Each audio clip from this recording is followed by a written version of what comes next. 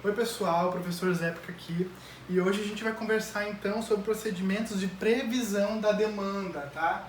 Então a nossa aula hoje é sobre previsão da demanda.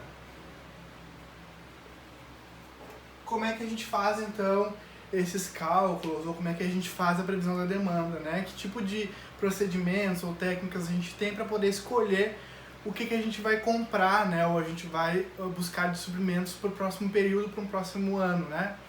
Então a gente tem duas formas de fazer essa questão de análise de previsão da demanda, que vão se dividir em análise, as duas análises que a gente tem acesso, né? A gente tem a análise qualitativa e a gente tem a análise quantitativa.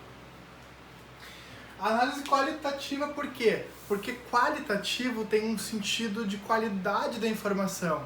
Uma informação que te é dada por alguém, que tem uma confiança, que tem alguma forma de chegar nessa informação, que ela é com qualidade. Não que a quant não seja, né?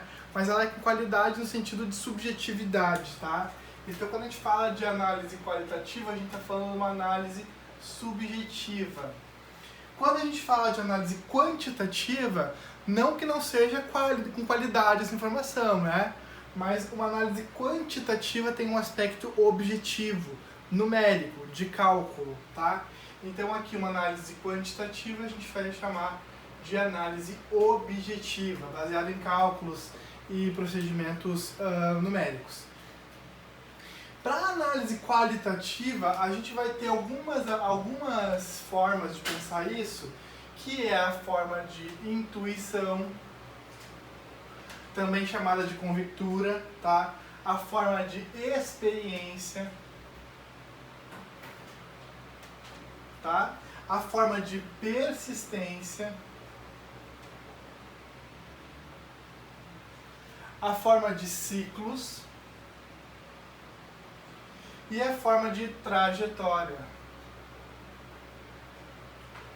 A gente vai conversar um por um aqui ao longo da nossa aula, mas são esses os tipos que a gente tem quando fala de análise qualitativa.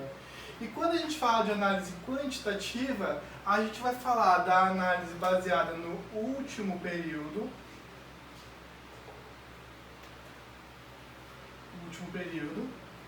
a análise de média móvel,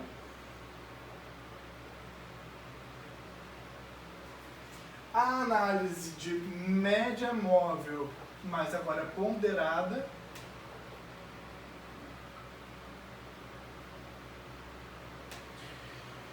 a análise de previsão de consumo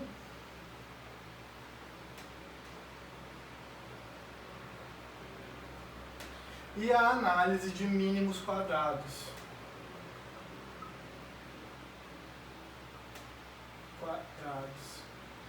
Praticamente todas essas aqui da análise quantitativa vão envolver aí um cálculo, vão envolver uma calculadora, beleza? As análises qualitativas elas não vão necessariamente envolver. Vou até pegar aqui meu celular para a gente fazer cálculos juntos quando chegar na parte da análise quant. Então esse é o esquema da nossa aula de previsão da demanda, certo, gente? Mas assim, antes de entrar em previsão da demanda, por que a gente faz previsão da demanda? Por quê? Qual é a grande razão? A grande razão de fazer uma previsão da demanda é a razão de antever. Não é previsão para, vou prever meio amandinar o negócio, não. Tu vai antever. Antever para fazer o quê? Antever para adequar. Tá? Então se faz previsão da demanda para tu conseguir antever, e aí antevendo um consumo de alguma coisa que vai ter no futuro próximo, no próximo exercício, no próximo período, tu consegue adequar. Adequar o quê? A tua capacidade de entrega de alguma coisa, a tua necessidade de capital de giro. A gente vem falando das trocas compensatórias, né?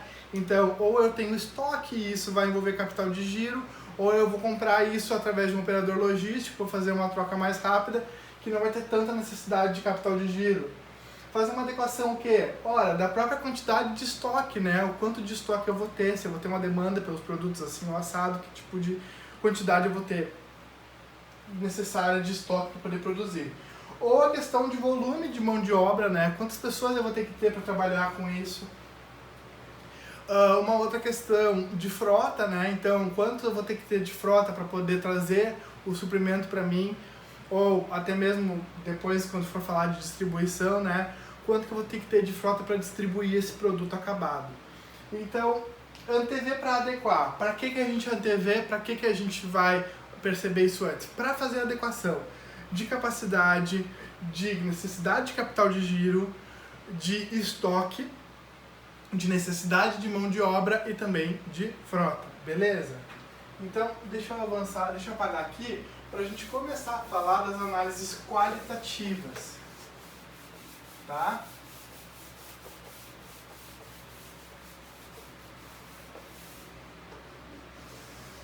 Só antes da gente entrar nas análises qualitativas, eu vou escrever aqui, ó. A gente vai antever para adequar.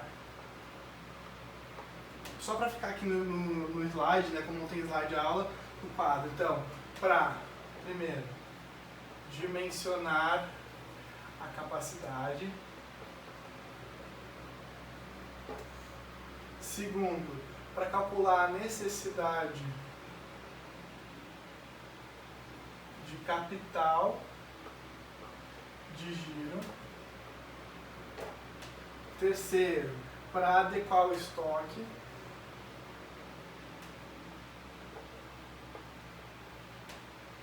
Quarto, para calcular o volume de mão de obra.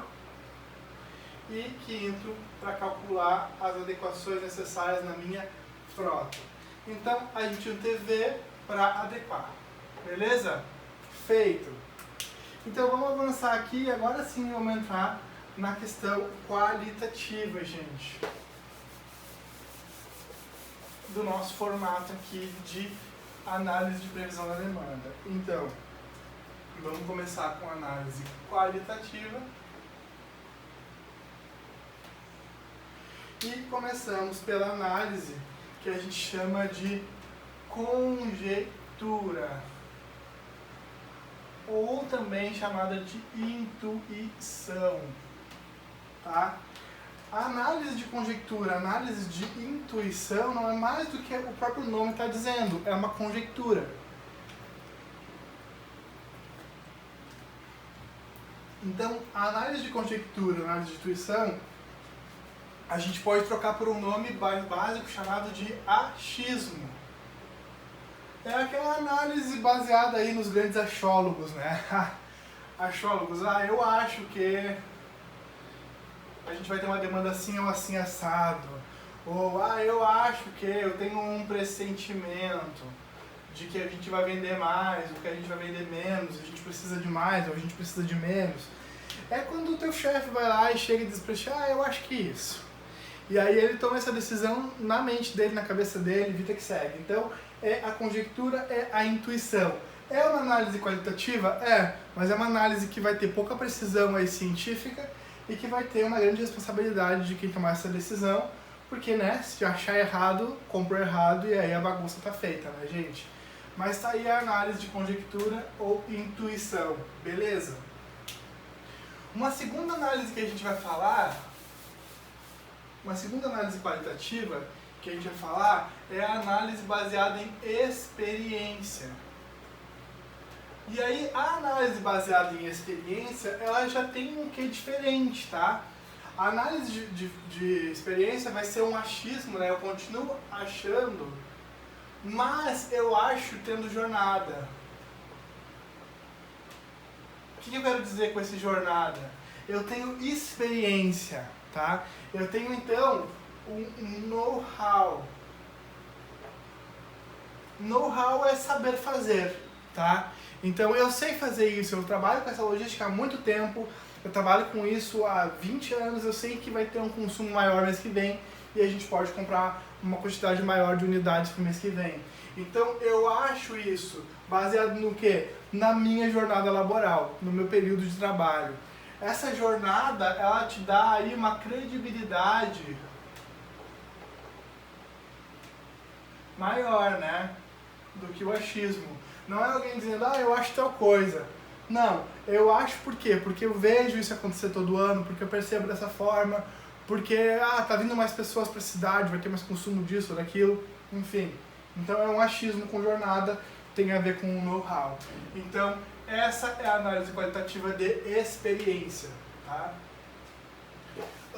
Depois, gente, a terceira análise qualitativa que a gente vai conversar aqui é a análise baseada em persistência, tá? Persistência.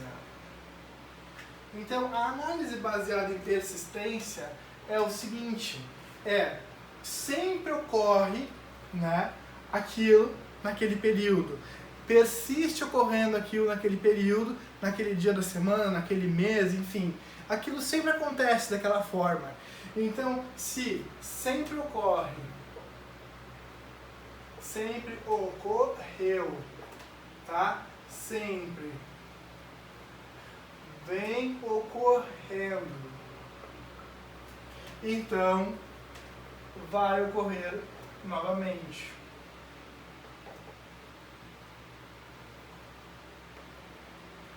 Em outras palavras, a análise de persistência é o seguinte, é como se tu tivesse um bar e tu vende cerveja segunda, terça, quarta e quinta, mas na sexta-feira tu sempre vende mais, porque as pessoas saem do trabalho, vão pro happy hour, ou as pessoas vão descansar na sexta, né, porque podem dormir um pouco mais tarde no sábado, dependendo do tipo de trabalho, então tu vai vender mais. Então sempre ocorre de eu vender mais cerveja na sexta-feira, então eu vou lá e eu me preparo para comprar mais cervejas, para vender mais cervejas. Então, se sempre ocorre, vai ocorrer novamente, a menos que aconteça alguma coisa, né, choveu, enfim, alguma coisa do gênero, aí não vai ocorrer novamente, mas normalmente ocorre, então essa é a análise baseada em persistência, beleza? Então, fechamos aqui a análise de persistência. Depois a gente tem uma análise, gente, que é a análise de trajetória. Trajetória, tá? Aí a análise de trajetória, ela começa a ficar mais interessante, porque ela é uma análise que já vai olhar para o quê? Para dados históricos, tá? Então eu vou levantar aí os dados históricos do ano passado, por exemplo, e vou olhar, em janeiro teve tal consumo, em fevereiro tal consumo, em março tal consumo. Então, para me preparar para o mês que vem, que é fevereiro, eu vou olhar um dado histórico, né? E vou ver se há alguma tendência, tá? Vou ver se tem alguma tendência nesses dados históricos para repetir. Uma outra questão interessante da análise de trajetória é a própria questão da tendência. Por quê? Porque eu posso ter uma tendência que está crescendo, então uma análise de uma tendência de crescimento, ou eu posso ter uma tendência de queda, né? Ou eu também posso ter uma análise de equilíbrio. Vamos conversar sobre isso. Então, tu tá vendendo tem o teu bar e todo mês tu tá vendendo cerveja, toda sexta-feira tu tá vendendo cerveja, mas aí os amigos vão chamando outros amigos, na outra sexta-feira tu tem mais clientes, e aqueles amigos chamam outros e tu tem mais clientes. O que tá acontecendo? Tá crescendo o consumo, há uma tendência de crescimento. Então tu não vai comprar a mesma quantidade de cerveja para essa sexta-feira do que tu comprou sexta-feira passada, mas comprar uma quantidade maior porque está crescendo. Ou então, aí uma tendência negativa de queda, né? Poxa, eu comprei 100 unidades de cerveja, vendi 80. Na outra semana eu comprei 100 unidades, vendi 70. Na outra eu comprei 100 unidades, vendi 50. Aí tu, tá tendo uma tendência de queda. Não vou comprar tanta cerveja, vou comprar uma quantidade menor de cerveja. Tá fazendo frio, por exemplo, e as pessoas não estão consumindo tanto. É uma análise de queda. Uma tendência de queda. Ou uma tendência de equilíbrio. Então, equilíbrio em qual sentido? Está sendo mais ou menos igual. Toda sexta-feira eu vendo 100 litrões de cerveja, por exemplo. E aí, então, é um equilíbrio. Chegou outra sexta-feira, tu vai vender de novo mais 100 unidades de cerveja. Está equilibrado. Tu dá uma olhada na trajetória dos dados, na trajetória do consumo e vai comprar igual de novo. Beleza? Vamos avançar. Por fim, a gente vai ter uma análise chamada análise de ciclo, tá? Análise de ciclo. O ciclo, ele tem uma perspectiva aí de repetição, tá? De início, que vai ficar parecido com um pouco a ideia da trajetória. Então ele vai se repetindo e aí todo mês de março aumenta meu consumo e aí, então eu vou comprar de novo. Eu estou analisando o ciclo, estou buscando repetições nesse ciclo. Porém não fica só nisso, tá? O ciclo ele também dá uma ideia de novos ciclos. E aí eu posso chamar esses novos ciclos da forma que eu quiser, posso olhar para eles como eu quiser. Uma ideia seria analisar isso de uma forma econômica, tá? Vamos pensar que em 2003, quando o Lula foi presidente do Brasil, houve aí um aumento no consumo. Por quê? Porque o Lula teve aí algumas políticas de incentivo ao crédito, né, para pessoas que tenham menor renda. Então, essa política de mais consumo afetou aí as demandas, né? Afetou as previsões de demandas, as pessoas tiveram que demandar comprar mais suprimentos para produzir mais, porque as pessoas estavam consumindo mais. Uma perspectiva de um novo ciclo também inesperado, o próprio coronavírus, o Covid, né? Então, o que acontece? Com a doença, com a pandemia, muitas pessoas que consumiam coisas na rua param de consumir essas coisas, e aí acaba que se tem uma tendência, um ciclo, né? Uma tendência não, um ciclo de desaquecimento, né? Então, um ciclo de menos consumo, beleza? Então, essa seria a análise de ciclo. Feito, gente? Mais ou menos isso. Então, aqui a gente fecha esse primeiro período de análise qualitativa, tá? Não vamos esquecer, a análise qualitativa de quê? De previsão da demanda. E agora, a gente vai falar um pouco das análises quantitativas. Saímos da ideia de subjetividade e vamos para a ideia de objetividade, trabalhar com dados, trabalhar com números, beleza?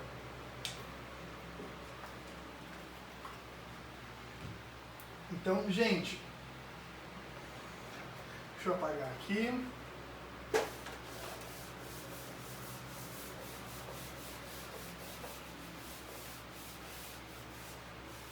Então, a gente agora vai trabalhar com a análise quantitativa, tá? Vou usar outra cor. Análise quantitativa, tá? Então, a primeira análise quantitativa que a gente tem para previsão da demanda é a análise que chama análise do último período. O que é a análise do último período? Vamos imaginar assim, ó, que a gente tem aqui, ó, o período e aqui do lado a gente tem a previsão que vai ser feita e aqui do lado a gente tem o consumo efetivo do período. Então, o período, vou fazer uma tabelinha aqui pra gente. 2017, 2018, 2019, 2020, 2021, 2022. 2022 é a grande pergunta, né? Quanto que eu vou fazer de previsão para 2022? Para isso, eu vou atrás dos dados. Então, lá em 2016, eu previ que eu precisaria de 100 unidades em 2017. Tá? Eu previ. Mas acabei tendo 99 unidades, consumo de 99 unidades. Aí, em 2018, esse valor de consumo vem para ser o valor de análise quantitativa que eu faço de último período. Então, se eu consumir 99 em 2017, eu vou lá e vou comprar meu suprimento na mesma quantidade. O que eu fiz aqui? Eu simplesmente repeti o último consumo como previsão. Mas em 2018, eu consumi 111 unidades. Consumi a mais. Percebe? Aí o que eu vou fazer? Esse 111 vai virar aí a minha previsão para 2019. Então eu vou sempre pegar o último consumo e repetir ele como previsão, beleza? Seria isso. Todo consumo anterior vai virar uma previsão do próximo ano. Então o consumo a previsão de 2022 seria o consumo de 2021. Tá bom? Não é uma técnica muito robusta, é uma técnica muito simples, né? Porque percebe que nas duas vezes que eu usei exemplo, olha só, aqui ó, eu previ 100 e consumi 1, então eu fiquei com uma unidade em haver aí, né? Que não foi legal, enfim, coloquei dinheiro para ter um estoque que eu não usei. Porém, no ano de 2018, olha o problema, eu tinha 99 unidades e acabei consumindo 111. Me faltou 2 unidades que eu tive que correr, que eu tive que ir atrás e buscar de alguma forma, né? Então, olha o preço da unidade já é diferente, né, do que comprar em lote, comprar em grandes quantidades. Então eu tenho algum tipo de prejuízo nítido aqui, né, maior do que o prejuízo de ter mais unidades, por causa que não estou tendo nenhum tipo de estoque de segurança. A análise do último período, gente, é isso, tá? É olhar o último período de consumo e trazer ele para previsão, beleza? Depois dessa análise, a gente vai trabalhar com a análise de média móvel. E aí a gente já começa a ter algum tipo de cálculo envolvendo, né? Deixa eu apagar isso aqui.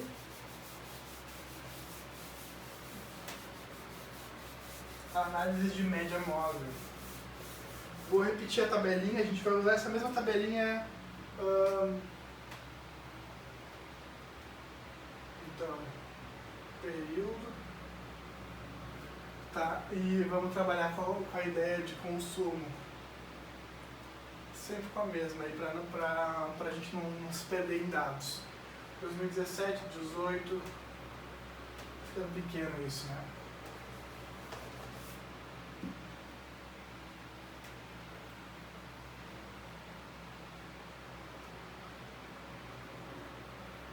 (2021) 2022. Então os consumos 99, 111, 118, 134, 142.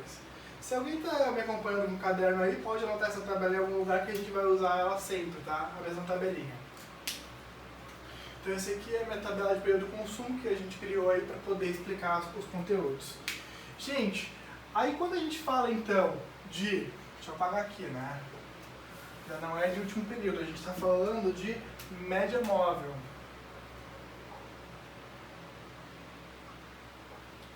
De média móvel, a gente tem a equação da média móvel, tá? Que é assim, ó.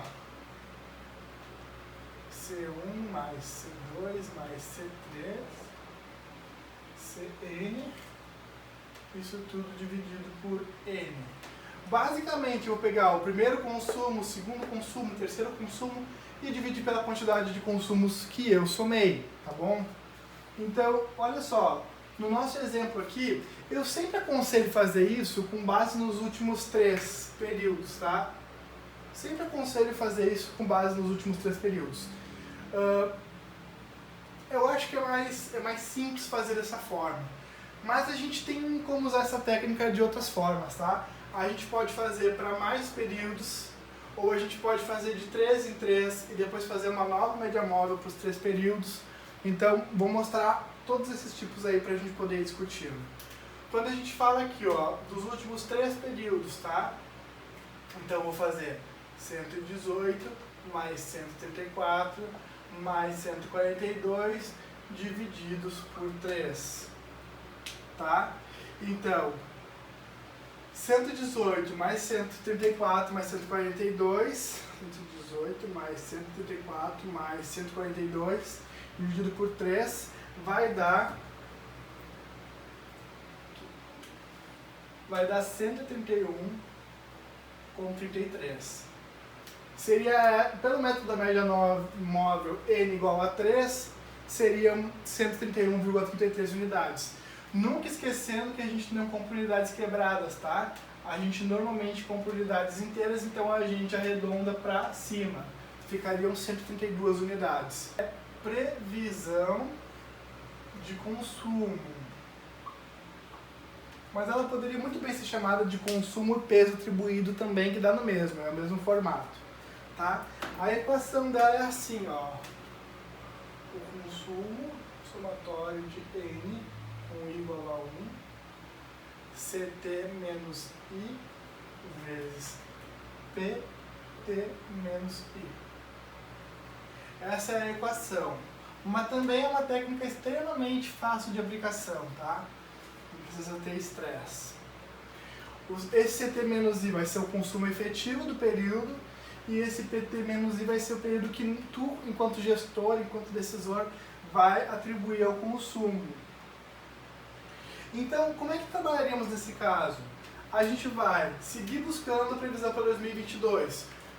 Como é que a gente vai atribuir esses valores? A gente vai olhar, baseado em experiência, baseado em trajetória, vai olhar baseado em jornada e vai tentar definir aí alguns valores que tu considera de pesos, né, que satisfariam aí a tua equação. Então, um valor muito próximo de mim, eu acredito então que tem um peso de 50%. Isso aí eu estou colocando enquanto gestor, né, eu que estou prevendo, mas tu pode trabalhar com o valor que tu quiser, tá? Ou, se for o caso de um exercício, o exercício vai te dar aí quais são esses valores ponderados, tá? Esses valores que tu está colocando. Então, para 2021 eu atribuo 50% da quantidade. Para o 2020 eu coloco 25% da quantidade. Aí conforme for subindo eu vou diminuindo, mas é para decisão aqui do Zética, tá? 15% para 2019, 6% para 2018 e 4% para 2017. Aí o que a gente, feito isso, o que a gente faz? A gente multiplica os valores, basicamente, ó. Então, ó, 99 vezes 4%, lembrando que 4% é 4 dividido por 100, né? Então é 0,04 vezes 0,04 mais o segundo valor, 111 vezes 0,06, porque 6%, tá? Mais 118 vezes 0,15, porque 15%, mais 134 vezes 0,25, mais 142 vezes 0,5. Eu botei 50 para ficar legal, poderia ser 0,5. Feito isso, gente, a gente vai fazer o grande somatório dessas crianças, tá? Então, olha só.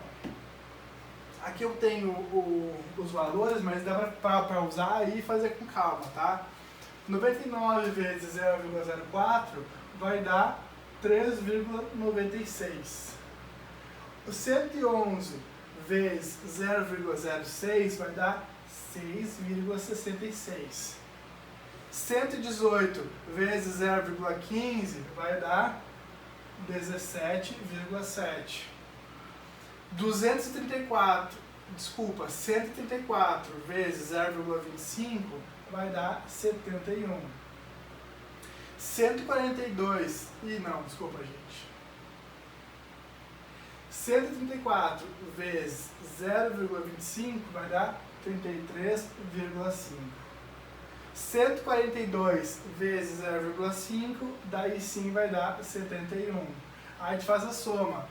3,96 mais 6,66 mais 17,7 mais 33,5 mais 71. E isso vai dar 132,82. Lembrando sempre de olhar qual é o tipo de produto que a gente está trabalhando no exercício ou na sua atividade profissional, porque a gente normalmente compra isso de forma inteira. Então, arredonda para cima, 133 unidades seria o consumo previsto para 2022 pelo método de previsão de consumo. Perfeito? Feito isso, gente, a gente vai para o último método quantitativo,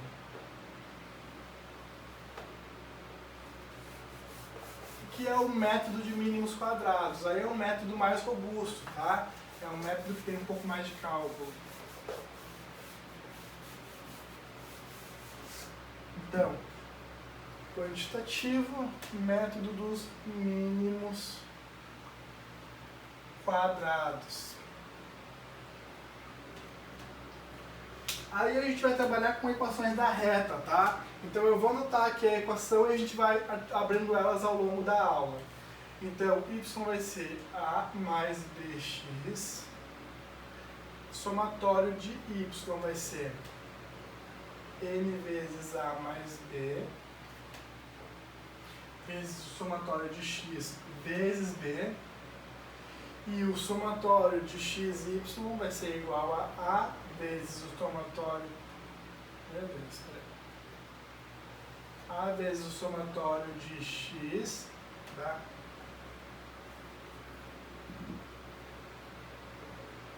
Mais b vezes o somatório de x ao quadrado. Isso aqui é o que a gente precisa ter de base para poder abrir as equações pelo método dos mínimos quadrados, tá, gente? Eu vou só subir isso aqui um pouquinho, porque a gente precisa de uma nova linha para esse. Então, 2021, 142. 2022, continua. Só porque agora a gente vai precisar de alguns valores de somatórios, tá? Então, gente, o que acontece com o método dos mínimos quadrados?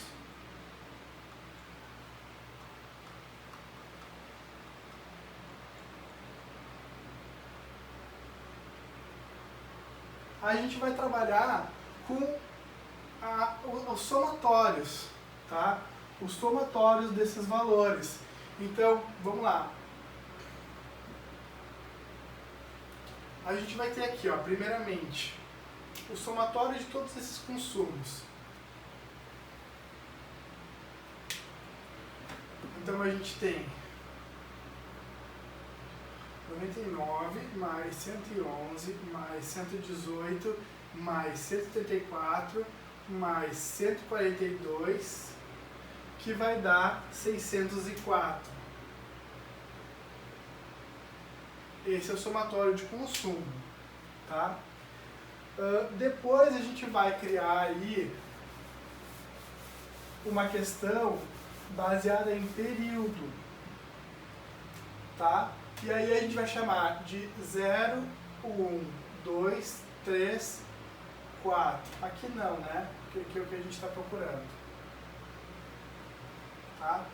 0, 1, 2, 3, 4. De novo, a gente vai fazer o somatório dessa questão aqui, ó. Então, 4, 5, 6, 7, 8, 9, 10. Aqui vai dar 10. E a gente também vai trabalhar com a contagem desse valor, tá? Então, a contagem seria 1, 2, 3, 4, 5. Então, a gente também tem um valor aqui de contagem, tá? Desse valor aqui. Depois a gente vai ter um valor aqui do lado, que vai ser, então, esse período vezes o valor do consumo. Então, 99 vezes 0, aí vai dar 0. 111 vezes 1, 111. Aqui, 118 vezes 2, 236. 134 vezes 3, 402. 4 vezes 142, 568. Depois a gente vai somar essas crianças aqui. Então, 0 não precisa, né? 111 mais 236 mais 402 mais 568. Isso aqui vai dar 1317. Tá, gente? É isso. Depois a gente vai trabalhar com o valor de previsão ao quadrado. Então, 0 ao quadrado, 1 ao quadrado, 2 ao quadrado, 3 ao quadrado, 4 ao quadrado. 0 ao quadrado vai dar 0. 1 ao quadrado, 1. 2 ao quadrado, 4. 3 ao quadrado, 9. 4 ao quadrado, 16. Aí a gente vai fazer o somatório também desses valores, tá? 0, então não precisa, né? 1 mais 4 mais 9 mais 16. E isso aqui vai dar um valor de 30. Então é assim que a gente monta essa tabela. Os valores de período de consumo nos vão ser dados. Aí a gente abre um valor de P aqui, né? Ou de X, poderia ser X isso aqui também, tá? Vai facilitar a vida na hora de montar. O valor de X aqui, vou montar aqui também. Então, 0, 1, 2, 3, 4, faz o somatório aqui dá 10, e o valor de X cru, né, que é tipo XN, é 5, multiplica X pelo consumo, então 99 vezes 0, 111 vezes 1, depois faz o somatório e depois faz aí um p ao quadrado, na realidade um x ao quadrado, né? São os mesmos valores, só que elevados ao quadrado, que vai dar 30. Então aqui a gente tem valores para conseguir concluir a nossa reta, tá? Então, deixa eu trabalhar com isso aqui no canto. Vai ficar um pouco pequeno, mas só para a gente poder chegar na construção, tá? Que é o que eu quero fazer aqui. Então, olha só.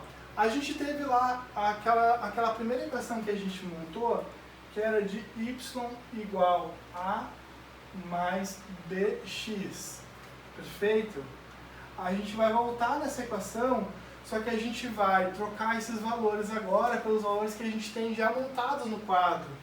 Então, o primeiro valor que a gente vai trabalhar é o valor do consumo somado. Então, 600, vou até usar o zoom aqui. Esse valor de consumo somado vai ser 604. 604 vai ser igual a o valor de xn, então 5a mais o valor de x somatório b, então mais 10b. Vamos lá, 604 saiu da onde? Somatório do consumo. 5a saiu da onde? O valor de xn, né? 1, 2, 3, 4, 5. 5a, tá aqui, ó. O valor de 10b saiu da onde?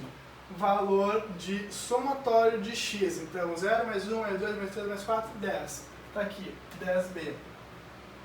Ao mesmo passo que a gente monta uma segunda equação da reta, que vai ser então o valor de 1317.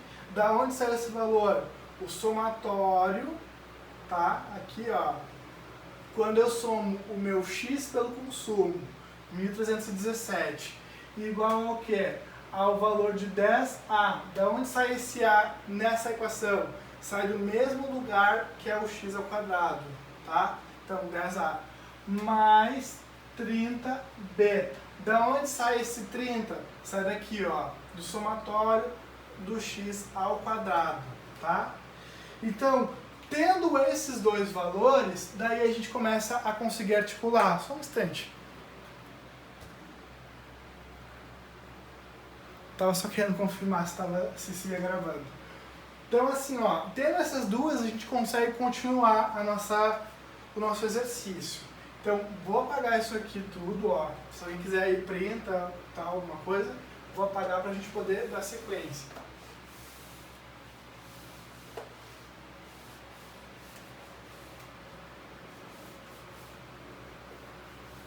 Beleza, vou deixar esses dois aqui no cantinho, tá? Gente, primeira coisa que a gente vai fazer agora vai ser isolar o A na primeira equação. Então, olha o que a gente tem aqui.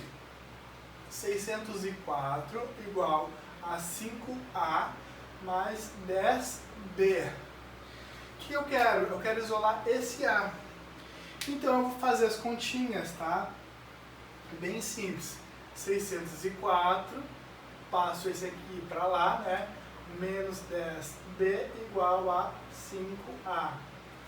Aí, então, 604 menos 10B, ó, dividido por 5 igual a A. E aqui eu tenho o meu valor de A, o meu valor provisório de A. Tendo esse valor provisório de A, o que eu vou fazer? Eu vou aplicar ele na segunda equação. Então, deixa eu dividir aqui. Eu vou aplicar ele na segunda equação. Então, 1317 vai ser igual a 10A mais 30B. Aqui eu só copiei, né? 10A mais 30B. Então, olha só. 1317 igual 10 vezes o valor de A. Cadê o valor de A? Tá aqui, ó. A gente acabou de calcular ele, ó. Tá? 10 vezes esse valor. 604 menos 10B divididos por 5. Aí eu continuo montando a equação, a segunda equação. 10A mais 30B. Agora, gente, a gente consegue articular para chegar no valor de B. A gente consegue achar o valor de B, que é o que nos interessa nessa parte do exercício. Então vamos lá. 1.317 é igual a 10 vezes 604, 6.040,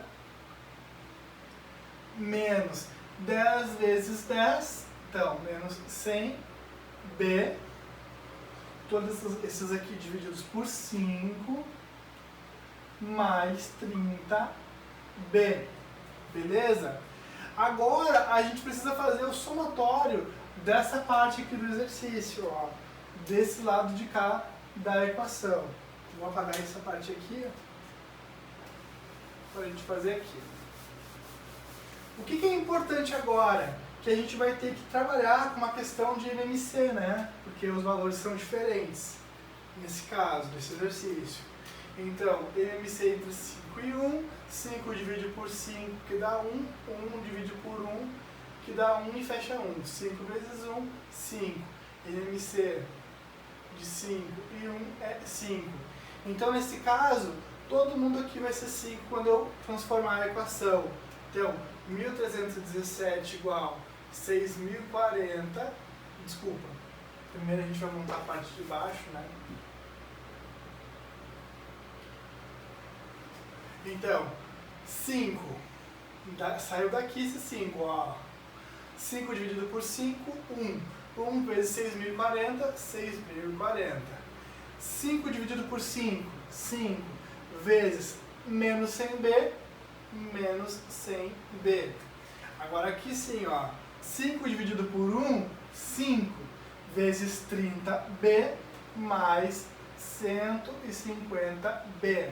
Olha da onde saiu esse 150B, hein, gente? Cuidado. É o valor do MMC vezes o valor de 30B daqui, tá?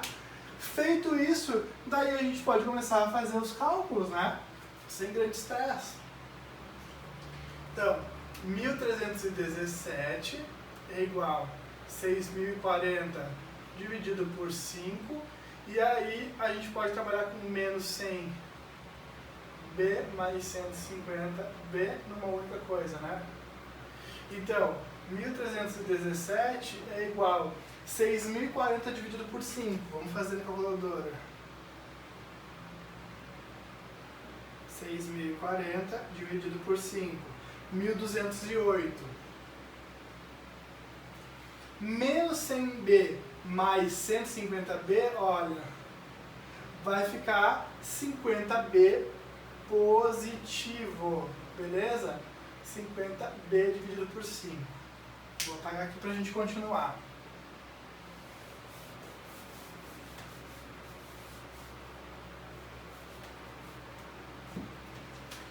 (1.317) igual a 1.208 mais 50 dividido por 5, 10. Não esquece do B ali. Mais 10B. Agora eu vou isolar o valor de B. Então, 1.317 menos 1.208 igual a 10B. Tá? 1.317 menos 1.208 vai dar 109. Então, 109 igual a 10B. Aí eu vou passar aquele valor que está multiplicando B para dividir ele aqui, beleza? 109 dividido por 10 igual a B, valor de B igual a 10,9. Cheguei num valor que me interessa, e me interessa muito para a montagem da minha equação, que é o valor de B. Então, o meu valor de B é igual a 10,9. Deixa ele aqui, bonitinho no cantinho, fofo, ali no cantinho, chegamos nele. Assim que eu chegar nesse valor de B, daí eu posso aplicar ele na equação de YP, que é aquela equação que eu mostrei lá no início. Deixa eu apagar aqui. Então, mostrei lá no início a equação de YP igual a mais bx. Lembrando que x é o que? É o valor lá do xn, né? Horrível esse x. X é o valor daquele xn, né? Do número de períodos. Então, eu vou ter aí o valor... Só um pouquinho, gente. A gente não chegou no valor de A, né?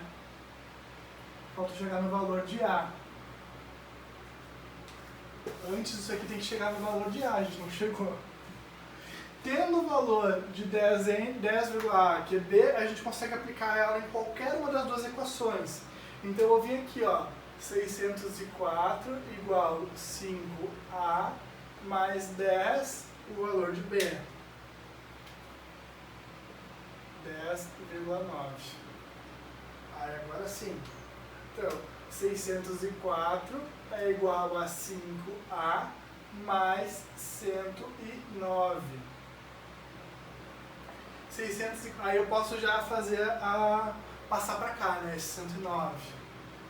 Então, 604 menos 109 igual a 5A. Fazer a conta.